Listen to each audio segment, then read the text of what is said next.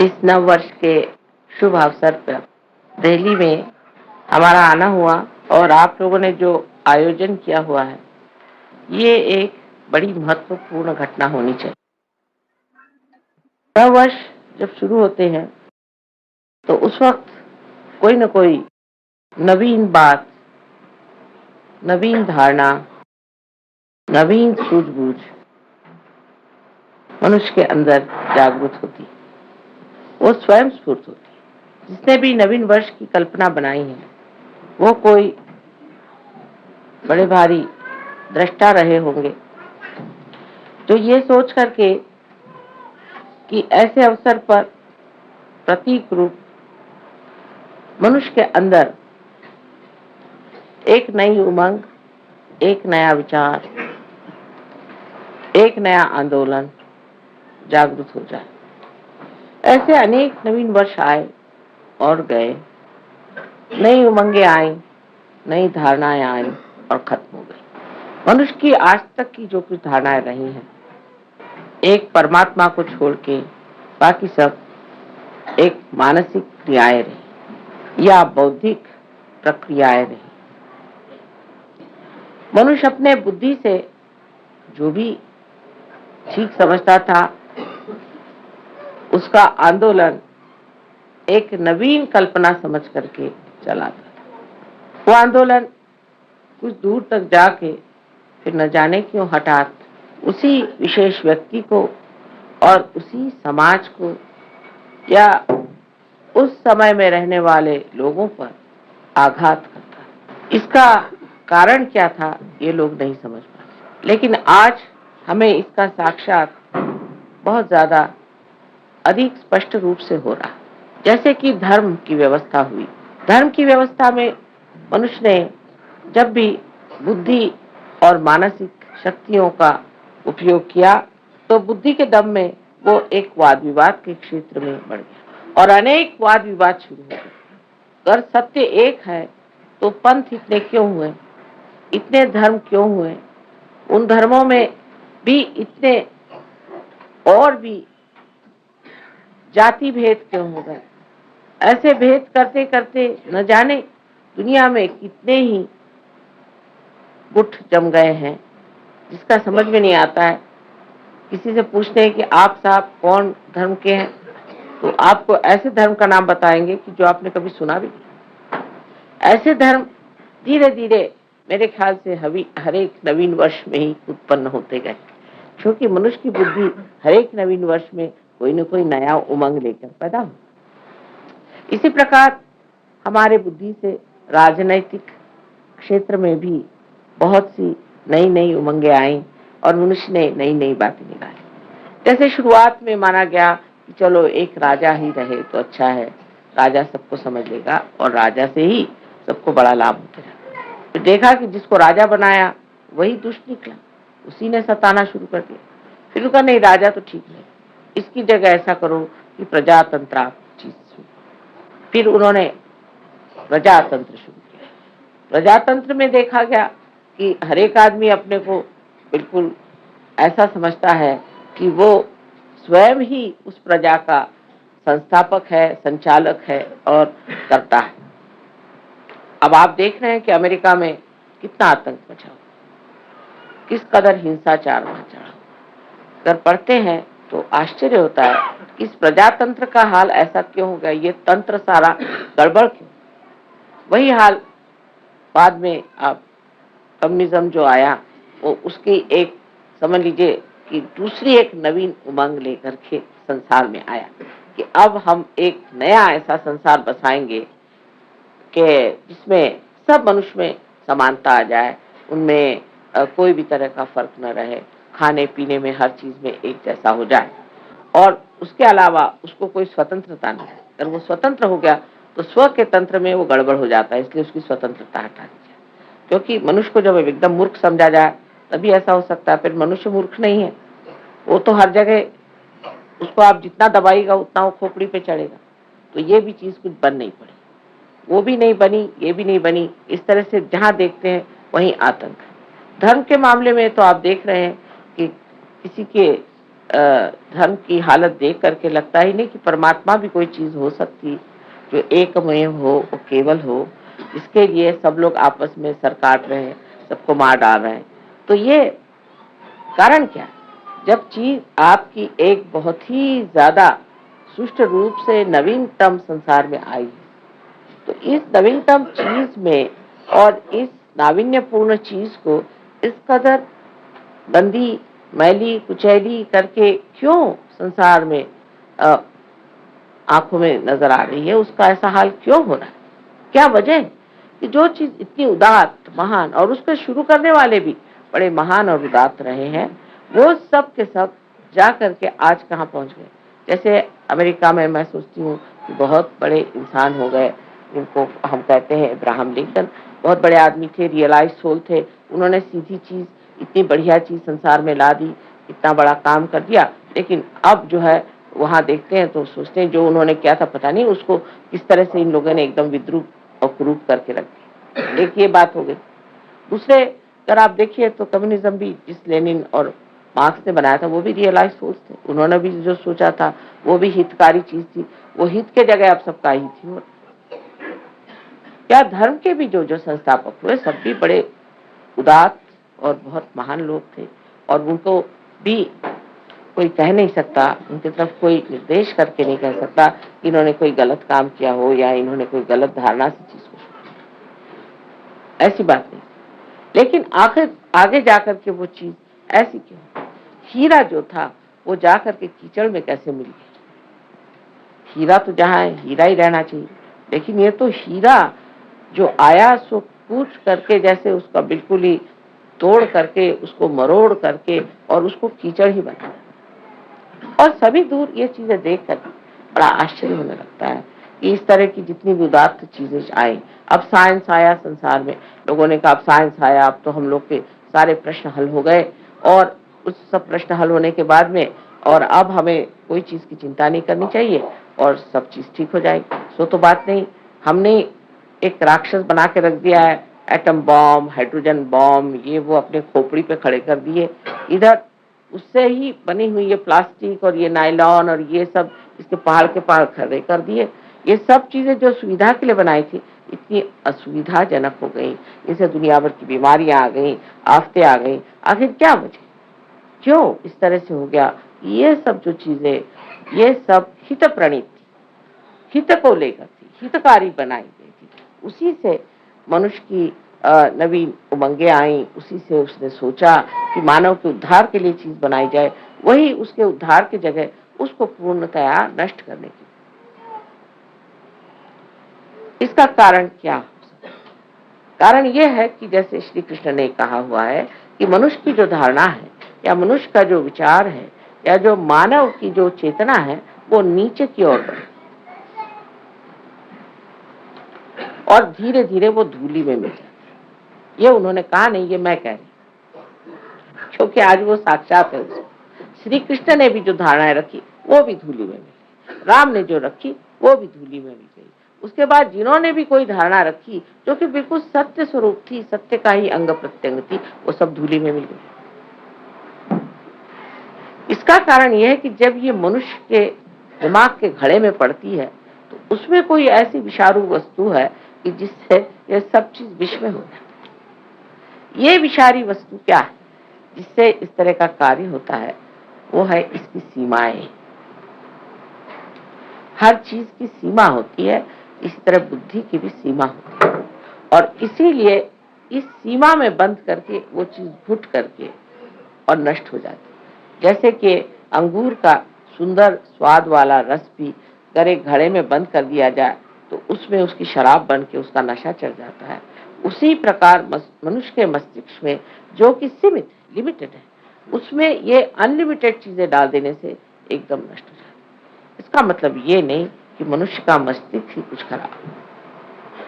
इसका मतलब यह है कि ये जो मस्तिष्क है इसकी सीमाएं तोड़नी होगी, इसकी सीमाएं बढ़ानी होगी।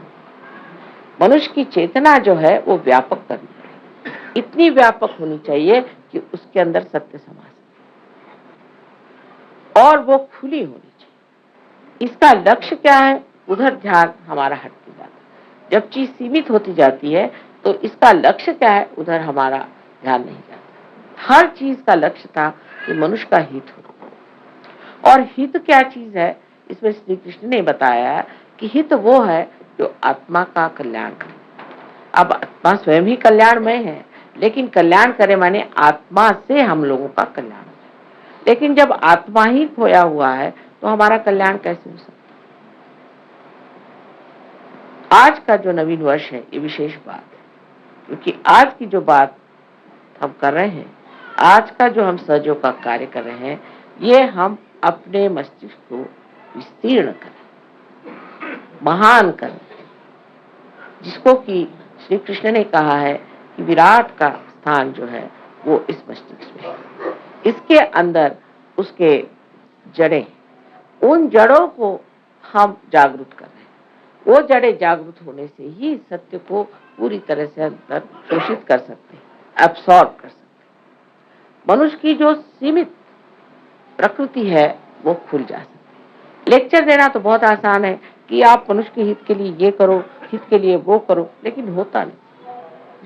अंत में मनुष्य अपना हित नहीं करता, उल्टे अपना भी अहित कर सकता है और सारे समाज का भी अहित कर सकता है। इस मस्तिष्क को बढ़ाने के लिए सिर्फ एक ही तरीका है, वो है कि हमारे अंदर, हमारे हृदय में बसे हुए श्री आत्मा राम को जागृत करना और उनके प्रकाश से हमारे बुद्धि को जागृत करना, हमारे मस्तिष्क को जागृत करना। सो कैसे होता है कि हमारे हृदय के अंदर जो आत्मा है वो साक्षी स्वरूप बैठा हुआ सब चीज देख रहा है। जिस वक्त कुंडलिनी, जिसे आप गौरी माता कहते हैं, जब जागृत हो जाती है तो मस्तिष्क में भेद करके यहाँ पर ब्रह्मरंध्र को छेदने के बाद यहाँ पर जो परमात्मा का वास है उसे आलोकित कर, परमात्मा का ही प्रतिबिंब हमारे हृदय में आत्मा सुन। जैसे ही हमारा आत्मा जागृत हो जाता है तो इस आत्मा के चारों तरफ ये 7 चक्र के आलोक, 7 चक्र के मंडल वो भी जागृत हो जाते हैं। और ये 7 चक्रों की जो पीठ है वो हमारे मस्तिष्क में है, क्योंकि वो भी जागृत हो जाते हैं, इसीलिए ये 7 मंडल भी हमारे हृदय में जागृत हो जाते हैं। ये मंडल जागृत हो जाने से ही हमारी जो नसें हैं या हमारी जो ब्रेन है वो एक तरह से अति सूक्ष्म तरीके से खुल जाता है और उसके अंदर शोषण करने की शक्ति बढ़ जाती है। सत्य को शोषण करने की शक्ति बढ़ने से ही मनुष्य सत्य पे खड़ा हो सकता है। आज तक मनुष्य सत्य पे खड़ा नहीं हो पाया। सत्य को सुनता है, जानता है, देखता है, पर उस पर खड़ा नहीं हो सकता। सत्य को आत्मसात करने की आत्मा की जागृति होनी चाहिए और वो आज सहयोग में हो गई, सहज में ही हो गई कहना चाहिए, जो इतने लोग आत्मा को प्राप्त हो। आत्मा को प्राप्त होने से वो शक्ति आपके अंदर जागृत होती है जिससे आप सत्य को आत्मसात कर सकें। जो आज डेमोक्रेसी का सत्य है वो सत्य आपके अंदर जागृत हो गया। माने ये कि दूसरा कौन है, दूसरा कौन है, सब तो हम ही हैं, हमारे ही अंदर सब कुछ है। जब आपको सामूहिक चेतना आ गई तो उसमें कम्युनिज्म का भी सत्य आ गया। जब आपके अंदर ही आ गए, वो सत्य आप ही के अंदर प्रकट हो रहा है। जब आप उसको देख करके, जान करके कह सकते हैं कि इस आदमी में कौन से दोष है। और जब आप अपने को जानने लग गए, जब आप अपने को देखने लग गए, आप जब अपनी ही स्वतंत्रता को प्राप्त हो गए तो आप में डेमोक्रेसी का भी जो सत्य है वो भी जागृत हो, तो स्वतंत्रता भी आ गई और एक तरह से पर का तंत्र भी आपके हाथ, दूसरों का जो तंत्र है वो भी आपके हाथ में आ गया और आपकी स्वतंत्रता भी आप जान पड़े, क्योंकि अपना भी स्व का तंत्र आपने। शिवाजी कहते थे स्वधर्म ओळखा, स्व का धर्म जानो। स्व का माने अपने आत्मा का धर्म आप, और आत्मा का धर्म जो है कहने को तो स्व है, लेकिन ये जागत विश्व का, जो विश्व का आत्मा है वही हमारे हृदय में बसा हुआ है। उसमें जागते ही जो विश्व की भावना जिसको कि हम एक बड़ा भारी उदात्त उदाहरण और उसको बहुत बड़ी एक फिलॉसफी समझ, एक तत्व ज्ञान के रूप से जिसे जानते थे, वो साक्षात हमारे अंदर विराजमान हो, वो हमारे अंदर चमक गया। हमें उसके लिए कहीं कोई किताब पढ़ने की जरूरत नहीं, किसी को जानने की जरूरत नहीं। देखते साथ जानते हैं कि ये कहाँ, इनका क्या चल रहा, उनका क्या मामला हो रहा। यहाँ बैठे बैठे आप सारी दुनिया को जान सकते। इसमें कोई बड़ी भारी आश्चर्य की बात, कोई विशेष बात नहीं। अब अगर आप मेरे लिए कहेंगे तो मुझे तो ये लगता है मैंने तो कुछ कहा नहीं, क्योंकि मैं जैसी हूँ सो हूँ ही, वो तो अनादि से ऐसी ही हूँ, तो मेरी कोई विशेषता इसमें नहीं है। विशेषता आप लोगों की, जो आपने इसे जाना, माना और पाया। लेकिन सहयोग का ज्ञान प्राप्त करने पर उसका अंत नहीं होता। ज्ञान तो हो गया, ज्ञान होना माने आपके नर्वस सिस्टम पे उसे जानना, ये तो हो गया। नर्वस सिस्टम पे आप जानते हैं कि दूसरों को क्या शिकायत है और आपको क्या, ये तो ज्ञान प्राप्त हो। जो लोग उल्टी तरीके से चलते हैं वो सोचते हैं ज्ञान करना माने ये कि हमें बुद्धि से जानना, बुद्धि से हमें जानना है। बुद्धि से जानना माने क्या कि हम अब किताबें पढ़ के जान लेंगे, या हम किसी गुरु के पास बैठ करके जान लेंगे, या किसी के उपदेश सुनने से हम जान लेंगे। सो नहीं जान सकते। ज्ञान का मतलब है कि आपके नर्वस सिस्टम में से जाना। यही ज्ञेय शब्द, यही वेद है, यही विद है, यही बोध है, यही बुद्ध है। नहीं, आज आप बुद्ध है क्योंकि आपको बोध हो गया। बोध होने का मतलब ये नहीं किसी ने बोध पिला दिया आपको, हाँ भाई ऐसा करो, ये करो, वो करो, और उससे पहले जो कुछ भी आपको बताया गया वो सब व्यर्थ ही हो गया। किसी ने बताया हाँ साहब आप सवेरे खाना मत खाइए, शाम को खाना खाइए, किसी ने कहा सवेरे खाइए, शाम को मत खाइए। कुछ ऐसी वैसी सब बातें चलते चलते लोग पहुंचे कि साहब समझ में नहीं आता। कोई कहते सवेरे खाओ, कोई कहते रात को, कोई कहते इधर करो, कोई कहते वो करो, और कुछ बनता ही नहीं। लेकिन जो बोलता है उसके तो कोई चरित्र में विशेषता नहीं आई, उसका तो कोई स्वभाव नहीं बना। सो महावीर जी के इसमें मैं अभी कल ही मुझे ये चीज मिली, महावीर जी ने कहा है कि पहले ज्ञान को प्राप्त। तो सब जितने भी जैन लोग थे उन्होंने सोचा ज्ञान को प्राप्त करना माने किताबें पढ़ो, ये पढ़ो वो पढ़ो, सम्यक ज्ञान फलाना ठिकाना। सम्यक ज्ञान कहने से क्या सम्यक ज्ञान आने चाहिए, वो तो अंदर जागृति से आएगा ना। सम्यक माने इंटीग्रेटेड।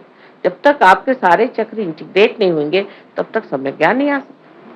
तो उनका भी विचार जो था वो खत्म कर दिया। पहले उन्होंने कहा ज्ञान आना चाहिए, अब ज्ञान में चल पड़े। हमारे यहाँ एक से एक पंडित, मराठी में कहते हैं पढ़त मूर्ख, पढ़ पढ़ के मूर्ख बन गए, पढ़ी पढ़ी पंडित मूर्ख। सो वो निकलता ही नहीं खोपड़ी में से। जो सीखा हुआ तो इतना होता है कि कभी कभी कोई पढ़े लिखे लोग आते तो उनसे कहते ऐसा करिए आप 2 दिन तक आप बोलते ही रहिए, जो कुछ भी आपकी खोपड़ी में पहले आप मुझे बता दीजिए। जब खोपड़ी से निकल जाएगा तब फिर बात करें, क्योंकि दूसरे ही सब घुसे ही इनके सर में, तो इनको कैसे घुसाया जाए। ये इस प्रकार हमारी जो बुद्धि है उसके चक्कर ऐसे चल पड़ते हैं कि जो चीज बताई, जो लक्ष्य है उससे हटके। पहली चीज उन्होंने बताई ज्ञान, ज्ञान प्राप्त। ज्ञान प्राप्त करने का मतलब क्या? ज्ञान प्राप्त करने का मतलब होता है बोध। सो कैसे होगा? किसी ने ये नहीं पूछा कि ज्ञान कैसे प्राप्त होगा। श्री कृष्ण ने भी साफ तरीके से नहीं कहा कि कुंडलिनी का जागरण होना चाहिए, वो जमाना नहीं था। सिर्फ अर्जुन से उन्होंने बात करी, क्या दुनिया के लिए नहीं की थी कि अब लोग बैठ करके सबको गीता सुनाते हैं, सिर्फ अर्जुन के लिए था। अर्जुन एक रियलाइज सोल था, उससे बात करी, और नॉन रियलाइज से तो उन्होंने बात नहीं करी, एक अर्जुन से बात करी। और वो सारे अब दुनिया भर को आप जिन्होंने जिनका रियलाइजेशन नहीं हुआ, जो अंधे हैं, उनसे आप बताइए कि हाथ में आपके सांप है, आप छोड़ दीजिए, आप छोड़ दीजिए, कभी नहीं छोड़ सकते। तो शुरुआत ही नहीं हुई किसी चीज की, अभी शुरुआत ही नहीं। जब शुरुआत हुई तो आपने देखा कि हाँ चीज ठीक है, आंख खुलते बाप रे हाथ में सांप है, आपने छोड़ दिया। लेकिन उल्टे लोग सांप ही को पकड़े रहेंगे जब तक अंधापन है। अंधेपन का मतलब है कि बोध नहीं है, आपकी नसों में अभी तक वो सामूहिक चेतना का बोध नहीं है। जब तक ये बोध एक नया आयाम, एक नया डायमेंशन है, ये जब तक आपके अंदर जागृत नहीं हुआ, कोई सा भी सत्य सुनने के लिए बड़ा अच्छा, एंटरटेनिंग जिसको कहते हैं, बड़ा मनोरंजक, लेकिन वो घुसता नहीं अंदर, वो बैठता नहीं अंदर। सुनने के लिए लेक्चर सुन लेंगे और जा करके जब वो खत्म हो जाएगा तो फिर जहां थे जैसे थे। अब पहली चीज जो बोध की हुई, तो बोध के बाद ही आपका चरित्र अपने आप बनता है। उसमें भी उन्होंने गड़बड़ कर दी कि चरित्र बनाओ, चरित्र बनाओ। चरित्र बनाने में उनका भाई चरित्र बनाओ, किसी ने कहा अच्छा पगड़ी बांधो, किसी ने कहा काशाय वस्त्र पहनो, किसी ने कहा कि बोधी रखो, किसी ने, ईसाइयों ने कहा कि वो इस तरह की हैट पहन के घूमो, पता नहीं क्या क्या। अब वो सब कर रहे हैं, सारे कर्म कांड कर डाले और देखा कि नर्क की ओर घुसे चले जा रहे हैं, सब कर्म कांड करके सब नर्क की ओर रास्ता बना चला जा। कोई कोई सा भी ऐसा धर्म मैंने आज तक नहीं देखा कि जो स्वर्ग की ओर आरोहण हो रहा, सभी नर्क की ओर सीधे चले जा रहे। ईसाइयों से कहा भाई तुम लोग शराब क्यों पीते हो? तो कहने क्यों साहब, शराब में क्या खराबी है? ईसा मसीह ने शराब बना करके और लोगों को पिलाई थी। मैंने कहा कब बनाई थी? कल एक शादी में गए थे, वहां लोगों को उन्होंने वाइन पिलाई थी। अब हिब्रू भाषा में वाइन कहते हैं इसके रस को, अपने द्राक्ष के रस को, द्राक्ष को, अंगूर के रस को कहते हैं वाइन, हिब्रू भाषा। अब सोचिए, एक अकल लगाने की बात है, जो एक क्षण में कोई चीज बन जाए वो कैसे अल्कोहल हो सकती है, वो शराब कैसे हो सकती है? अल्कोहल को तो सड़ाना पड़ता है, बगैर सड़ी हुई चीज होती है ना अल्कोहल। सड़ा हुआ अंगूर ही बना सकते हैं ना, वो सड़ने के लिए तो टाइम चाहिए। उन्होंने तो ऐसे हाथ रखा और दे दिया। जैसे आपके माँ के साथ भी हुआ, अभी हम रोम गए थे तो वहां जिस गवर्नमेंट ने काफी मदद की और उन्होंने कहा कि इनका आप ब्रॉडकास्ट करिए, तो वो जो डायरेक्टर साहब थे उन्होंने कहा हमें आप पहले रियलाइजेशन दीजिए, तब हम फिर आपका सब करेंगे। अच्छा ठीक है, तो हमने कहा अच्छा जरा पानी मंगाओ। पानी में हमने हाथ फेरा तो उन्होंने पिया, तो पानी है क्या? मैंने कहा क्यों? नहीं ये तो पहले वाइन जैसे लग रहा है। बार बार पूछे ये पानी तो नहीं, तो वाइन तो नहीं दे रहे? मैंने पानी दिया। अच्छा फिर पिए, फिर वो कहे बार बार। फिर उन्होंने अनाउंस भी किया, उसके बाद उनके टीवी में भी उन्होंने कहा साहब उन्होंने मुझे पानी में हाथ डाल के दिया तो वो वाइन के जैसा टेस्ट है। पर वो कहने लगे कि वाइन माने शराब के जैसे नहीं, अंगूर के रस। तो बना लिया। अब वो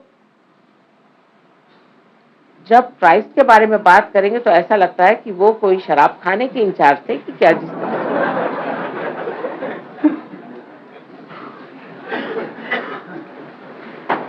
उसी प्रकार हरेक धर्म में, अब सिख धर्म में बताया गया कि आप अपनी रक्षा के लिए कृपाण रखें, इसलिए क्योंकि उस वक्त उन पे हर तरह के आघात होते थे। तो अब वो बंदूक है और सांप तो गोले और दुनिया भर की जितनी भी हिंसाकारी चीजें हैं, यानी हिटलर को वो आजकल पूजा कर रहे हैं, नानक साहब को नहीं कर। हालांकि नानक साहब ने ये भी नहीं कहा था, लेकिन पूरा भी देखा जाए तो कहीं नहीं कहा गया था कि आप तोपखाने रखिए। ऐसी कौन सी आप पे आफत आई? जिस वक्त आफत थी तो उन्होंने सिर्फ कहा था कृपाण रख लो, भगवान के नाम पर काफी। और किसी ने चलाया नहीं कृपाण, किसी ने चलाया नहीं था, रक्षा के लिए सिर्फ एक प्रतीक रूप से उन्होंने कहा रखी। पहले तो जब हम लोग छोटे थे तो सिख लोग इतना सा छोटा सा रखते थे कृपाण, इतना छोटा। अब देखती हूँ साइज बढ़ते बढ़ते जैसे जैसे दिने दिने बढ़ता सवायो, आजकल यह हालत है कि तोपखाने रखे हो। ये इतनी, हमारी तो अभी जितनी उम्र हुई है, इस उम्र में हम ही देख देख के हैरान है कि ये इसका साइज इतने बढ़ते बढ़ते इतना बड़ा क्यों होगा। अब उन्होंने कहा था कंघा रखो, तो कंघी तो छोटी होती होते होते इतनी हो गई, अभी तो दिखाई भी नहीं दी। और ये तोपखाने जो है इतने लंबे लंबे हो। तो ये बुद्धि के चक्कर जो है हमेशा गलत चीज पे क्यों जाते? क्योंकि मनुष्य की चेतना हमेशा नीचे की ओर जाती। लेकिन सहजों के बाद आपको चरित्र अपना बनाना ही पड़े। अब कोई कहेगा कि नहीं साहब हम तो नहीं बनाते, चल नहीं सकता, अपने आप बनते जाए। ये आपकी कुंडली नहीं, आपको बनाते ही जाए, धीरे धीरे धीरे धीरे आपको वैसे बनना ही पड़ेगा। वो कहेगी कि अच्छा नहीं बनते हो तो चलो इस तरह से, वो टेढ़ी उंगली घी भी निकाल लेगी, वो आपको इस तरह से बना के रख देगी कि आप कहेंगे कि हार गए बाबा, जो कहो। एक साहब थे तो वो उनका दूसरे दिन ही शराब वराब सब छूट गया। उसके बाद वो गए जर्मनी, उन्होंने कहा थोड़ी सी चख तो ले, यहाँ की मुझे बड़ी पसंद थी वाइन, क्या लगती है? वो कहते कि मैंने जो पिया तो उसके बाद माँ इतनी मुझे उल्टियां आई। मैंने कहा क्यों? कल ऐसे लगे कि मैंने जैसे कोई सड़ा हुआ बुच खा लिया। तुमने सड़ा हुआ बुच कभी खाया था क्या? तो कह ले नहीं, जब हम लोग डॉक्टर है ना, कभी बुझ खोलते हैं तो उसकी स्मेल जो आती, मैंने सोचा कि वो सारा मैंने खा लिया। और उल्टी पे उल्टी, उल्टी पे उल्टी, कह ले मेरे खून निकल आया, इतनी उल्टियां हुई। मैंने कहा कान पकड़े, आज से कभी नहीं छूंगा ये शराब। मैं तो कुछ नहीं कहती ना, मैंने उल्टी करवाई, लेकिन आप ही स्वयं साक्षात सत्य पे खड़े हैं, उसे मैं क्या करूं?